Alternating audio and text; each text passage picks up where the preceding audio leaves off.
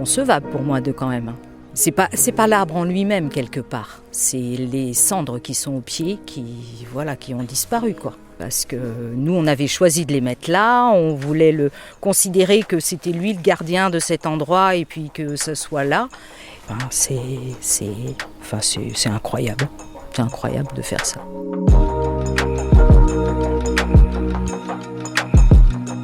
Au micro, c'est Cécile. Et en avril 2024, son père, Hubert, décède à l'âge de 88 ans. Quelques mois plus tard, pour faire le deuil, en octobre, avec sa famille, elle décide de disperser ses cendres dans son bois privé. Mais pas n'importe où, autour d'un arbre, un ginkgo biloba. C'est une essence rare venue d'Asie. Mais stupeur, 15 jours plus tard, l'arbre est volé. À la place, il reste un trou béant. Face à cette situation, Cécile décide d'en parler pour tenter de le retrouver. Elle dépose plainte aussi auprès de la gendarmerie et depuis, plus rien. Voilà, ça fait quelques mois qu'avec sa mère, Gisèle, elle se demande qui a bien pu voler cet arbre. Bienvenue dans ce nouvel épisode du podcast Les gens du coin. On est vraiment au milieu des bois quoi. C'est le bois où... Le bois qui appartient, c'est un bien qui est du côté de ma maman. Et donc mon père a toujours été chasseur. Et donc il démarrait sa chasse ici. Donc là vous pouvez nous décrire les lieux un petit peu ? Et donc voilà, c'est arboré, il y a des sapins, des chênes, enfin. Et donc on avait dégagé cet endroit pour planter le ginkgo biloba. D'accord. Alors pourquoi le choix de cet arbre d'ailleurs ? Alors on a choisi cet arbre parce qu'on a trouvé qu'il correspondait à la nature de mon père, qui était quelqu'un de un bosseur, qui était aussi une force de la nature, qui était très costaud, très fort, et voilà, une force de la nature, comme je dis souvent. Donc on l'avait planté environ 15 jours avant, le 17 octobre, et on a fait la cérémonie le 27 octobre pour disperser les cendres. Et donc dans le jardin de chez mes parents, on avait récupéré toutes les pétales de dahlia qu'il y avait. Donc on a passé ici les chansons qu'on avait passées lors de la crémation. Et puis chacun a jeté une poignée de pétales au pied du ginkgo biloba. Voilà. Mon oncle et ma tante étaient parmi nous.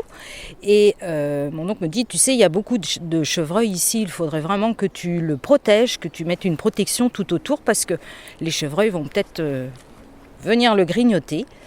Et donc moi je suis venue le 15 novembre et j'ai trouvé, comme c'est là actuellement, puisqu'on n'a touché à rien. Donc l'arbre avait disparu. Donc, il y a un trou ? Ça a été quand même rebouché. En fait, parce que ça c'est toute la grandeur de l'arbre. Et donc il reste encore des cendres. On en voit encore des cendres, mais ça c'est le pourtour. Mais là les voleurs ont emmené la grande motte, mais ils ont rebouché quand même, parce qu'il y avait un trou, sinon il devrait y avoir un trou béant.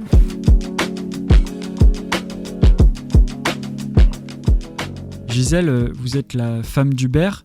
C'est votre fille qui vous prévient que l'arbre a été déplanté, a été déraciné. Comment vous avez réagi, vous, quand vous avez appris la nouvelle ? C'est sûr que l'arbre, disons encore, mais c'est surtout la violation de sépulture. On ne s'attendait surtout pas à ça, que l'arbre soit volé. Vous ne comprenez pas, j'imagine, pourquoi ? Non, d'un premier temps, on ne comprend pas. Voilà. Pourquoi ? La raison. Donc quand vous vous êtes retrouvé là devant ce trou béant, qu'est-ce que vous avez ressenti ? J'ai basculé en arrière, j'ai eu un choc énorme.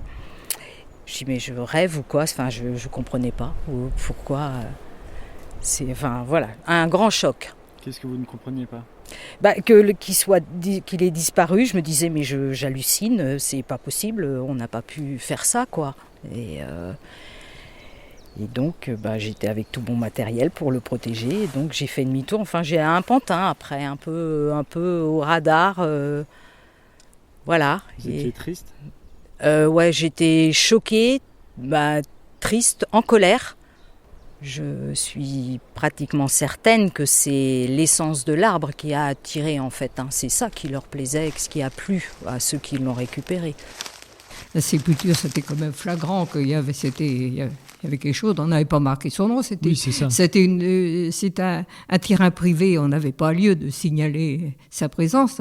Mais enfin, vu ce qu'il y avait quand même autour de l'arbre, il fallait vraiment être pour pas savoir.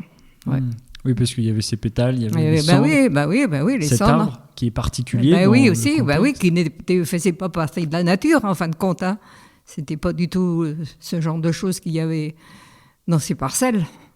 Ouais. Ou c'est quelqu'un qui connaissait l'arbre. On ne sait pas. On se pose des questions et on s'en pose toujours. Alors, Donc c'est l'écriteau que vous avez posé juste après le vol. Juste après le vol, en fait, je suis venue installer ce panneau avec la photo de l'arbre. Et à côté, donc ça, c'est ma fille qui a fait le mot, qui a dit. Alors donc, je vais vous le lire. Papa, papy, Hubert, nous avions planté cet arbre en souvenir de toi, de nous, de nos moments partagés. Il avait vocation à être un lieu de recueillement. C'était sans compter sur la malveillance d'un passant se baladant sur ce terrain privé que tu as toujours eu à cœur de laisser en libre accès aux promeneurs. Ici repose Hubert Martin selon ses volontés et ce lieu a été profané avec violation de sépulture. Mais je me disais un de ces jours, j'ai peut-être trouvé mon panneau par terre, mais non.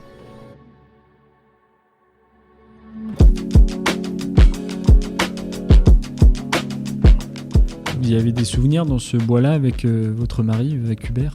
C'était un bois de famille qu'on a depuis des générations. Parce que ce bois-là, je les tiens de mes parents, des grands-parents, peut-être les arrières aussi. Allez, bon, savoir. On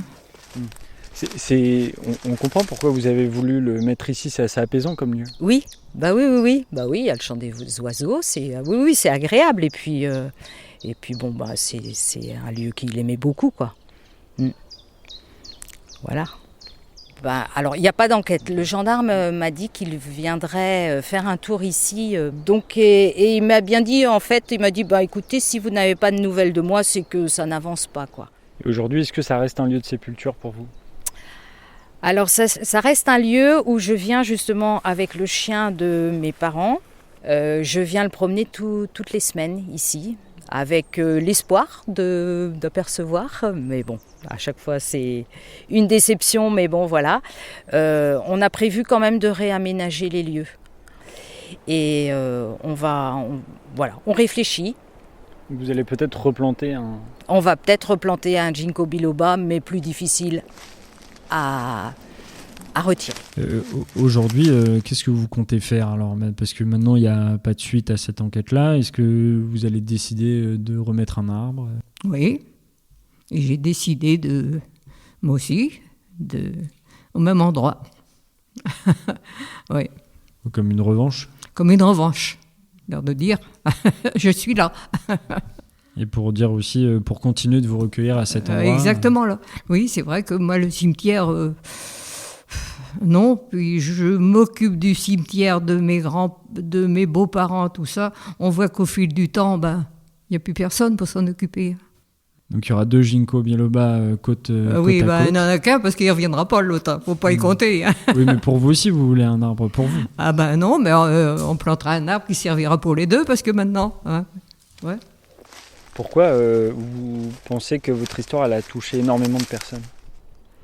Parce que là, on touche à l'humain, on touche aux proches, et puis la mort, ça touche tout le monde. Tout le monde. Donc, à partir du moment où on rend hommage à un de ses proches, d'une manière ou d'une autre, et de voir que ce qu'on a construit ou ce qu'on a réalisé pour leur rendre hommage, c'est complètement saccagé, ça forcément, ça touche les gens.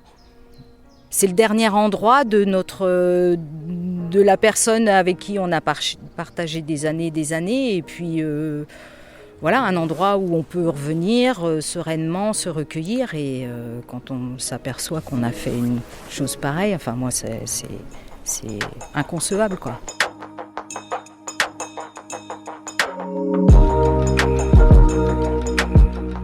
C'était un nouvel épisode du podcast Les gens du coin, une série réalisée par actu.fr. Toutes les semaines, retrouvez des histoires du bout de la rue sur toutes les plateformes de streaming et c'est gratuit.